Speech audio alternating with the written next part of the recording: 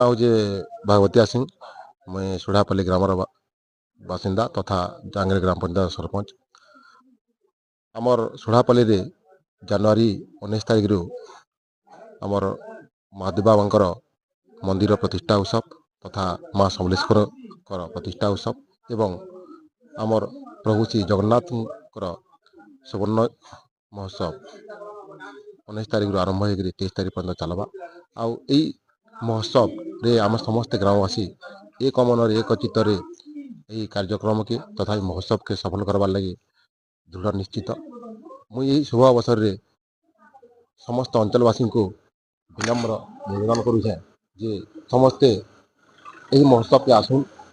ମହୋତ୍ସବରେ ମା ସମଲେଶ୍ୱରଙ୍କ ତଥା ପ୍ରଭୁ ଶ୍ରୀ ଜଗନ୍ନାଥଙ୍କର ତଥା ମହାଦେବ ବାବାଙ୍କର କୃପା ଲାଭ କରୁନ୍, ଆଶୀର୍ବାଦ ଲାଭ କରୁନ୍ ଏବଂ ଆପଣମାନଙ୍କର ସପରିବାର ଆସିକିରି ଆମ ଏହି ମହୋତ୍ସବକୁ ସଫଳ କରୁନ୍।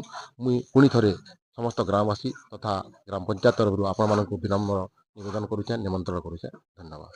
ଦେବେନ୍ଦ୍ର ସାହୁ, ମୁଇଁ ସୁଢାପଲ୍ଲୀ ବାସିନ୍ଦା। ଆସନ୍ତା 19ରୁ 23 ତାରିଖ ଯାଏ ଆମର ଗାଁରେ ମନ୍ଦିର ପ୍ରତିଷ୍ଠାର ଉତ୍ସବ ହେବାର ଆୟୋଜନ ହେଇଛେ। ତ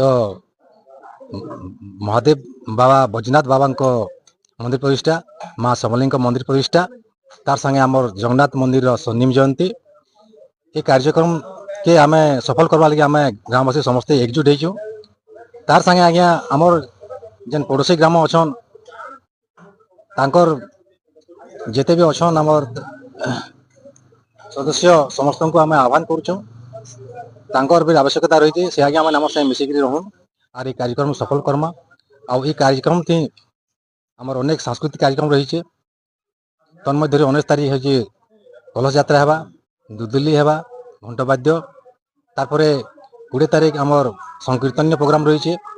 ଆମର ପୁରୁଷ ଦଳ ଅଛନ୍ ଆଉ ଆମର ଚକର ଗେନ୍ ଆଉ ପଞ୍ଚଧାର। ତାପରେ 21 ତାରିଖ ଅଛନ୍ ଲେଡ଼ିଜ ଗୋଟେ ପାର୍ଟି। ତାପରେ 22 ତାରିଖ ଅଛନ୍ ଲେଡ଼ିଜ ପାର୍ଟି। ଦରବାର ପ୍ରୋଗ୍ରାମ ହେବା, ବାଇରାଣ ଅଛି। ତ ବିଶେଷ ଅନୁରୋଧ ଆଜ୍ଞା ଆପଣମାନଙ୍କୁ ଅନୁରୋଧ ଆଉ ନିମନ୍ତ୍ରଣ ରହିଛି ଆପଣମାନେ ସମସ୍ତେ ଆମ ସାଙ୍ଗେ ମିଶୁନ୍ ଆଉ ମା ସମଲେଇ ଆର୍ ମହାଦେବ ଜଗନ୍ନାଥ ସମସ୍ତଙ୍କର ଆଶୀର୍ବାଦ ଥାଉ। ଆମେ ସମସ୍ତେ ମିଳିମିଶିକି କାର୍ଯ୍ୟକ୍ରମକୁ ସଫଳ କର୍ମା। ଆମର ଗ୍ରାମବାସୀ ତରଫରୁ ଆପଣମାନଙ୍କୁ ବିଶେଷ ନିମନ୍ତ୍ରଣ है। ବିକାଶ ଗଡ଼ତିଆ, ସୁଢାପଲ୍ଲୀ ଗ୍ରାମବାସୀ। ଦୀର୍ଘ 50 ବର୍ଷର ଆଗରେ ଆମର ଇନୁ ମନ୍ଦିର ପ୍ରତିଷ୍ଠା ହେଇଥିଲା ଜଗନ୍ନାଥ ମନ୍ଦିର। ଆଉ ସେ ଜଗନ୍ନାଥ ମନ୍ଦିରର 50 ବର୍ଷର ପରେ ଆମର ଗାଁରେ ଦୁଇଟା ମନ୍ଦିର ପ୍ରତିଷ୍ଠା ହଉଛେ, ଶିବ ମନ୍ଦିର, ସମଲେଶ୍ୱରୀ ମନ୍ଦିର। ସେଥିଲାଗି ଆମେ ଗ୍ରାମବାସୀ ବହୁତ ଖୁସି ଅଛୁଁ। ତାର ସାଙ୍ଗେ ସାଙ୍ଗେ ଇ ଅଞ୍ଚଳବାସୀଙ୍କର ସହଯୋଗରେ ଆମେ ମନ୍ଦିର ପ୍ରତିଷ୍ଠା କରୁଛୁଁ। ଆଉ ସେ ମନ୍ଦିର ପ୍ରତିଷ୍ଠା ମନ୍ଦିର ପ୍ରତିଷ୍ଠାରେ ଆମର ସାଂସ୍କୃତିକ କାର୍ଯ୍ୟକ୍ରମ ମାନେ ହଉଛେ।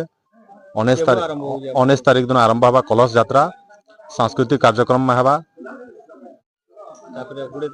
20 ତାରିଖ ଆମର ବିଭିନ୍ନ ସେଦିନ ବି କୀର୍ତ୍ତନ ଭାଗବତ ଆମର ପାୟଣ ହେବା। କୁଶବଧାନ, ମୁଁ ସୁଢାପଲ୍ଲୀ ଗ୍ରାମବାସୀ। ଆରୁ ଆମର ଗାଁର ଜଗନ୍ନାଥ ମନ୍ଦିରର 50 ବର୍ଷର ପୂର୍ତ୍ତି ଉପଲକ୍ଷେ ଏ ସୁବର୍ଣ୍ଣ ଜୟନ୍ତୀ ମନା ହଉଛେ।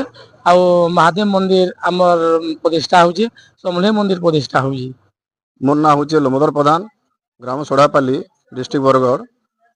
ଆମର 19 ତାରିଖରୁ 23 ତାରିଖ ପର୍ଯ୍ୟନ୍ତ ହେଉଥିବା ମନ୍ଦିର ପ୍ରତିଷ୍ଠା ମହୋତ୍ସବରେ ଶ୍ରୀ ଶ୍ରୀ ବୈଦ୍ୟନାଥ ବାବା ମହାଦେବ ମନ୍ଦିରଙ୍କ ପ୍ରତିଷ୍ଠା, ମା ସମଲେଶ୍ୱରୀ ମନ୍ଦିରଙ୍କ ପ୍ରତିଷ୍ଠା ଏବଂ ଜଗନ୍ନାଥ ମନ୍ଦିରଙ୍କ 50 ବର୍ଷ ପୂର୍ତ୍ତି ଅବସରରେ ସ୍ୱର୍ଣ୍ଣିମ ଜୟନ୍ତୀର ଉତ୍ସବରେ ଆସନ୍ତା 19 ତାରିଖରୁ 23 ତାରିଖ ପର୍ଯ୍ୟନ୍ତ ଆମ ଗ୍ରାମରେ ମହାସମାରୋହରେ ବହୁତ କାର୍ଯ୍ୟକ୍ରମ ଅଛି। 19 ତାରିଖ ଦିନ ଆମର କଳସ ଯାତ୍ରାରେ ଘଣ୍ଟ ବାଦ୍ୟ ଅଛି। ତାପରେ 21 ତାରିଖ କୀର୍ତ୍ତନ ସଂକୀର୍ତ୍ତନ୍ୟ ଦଳ ଅଛନ୍ତି, 22, 23 ସବୁ ସଂକୀର୍ତ୍ତନ୍ୟ ଅଛନ୍ତି।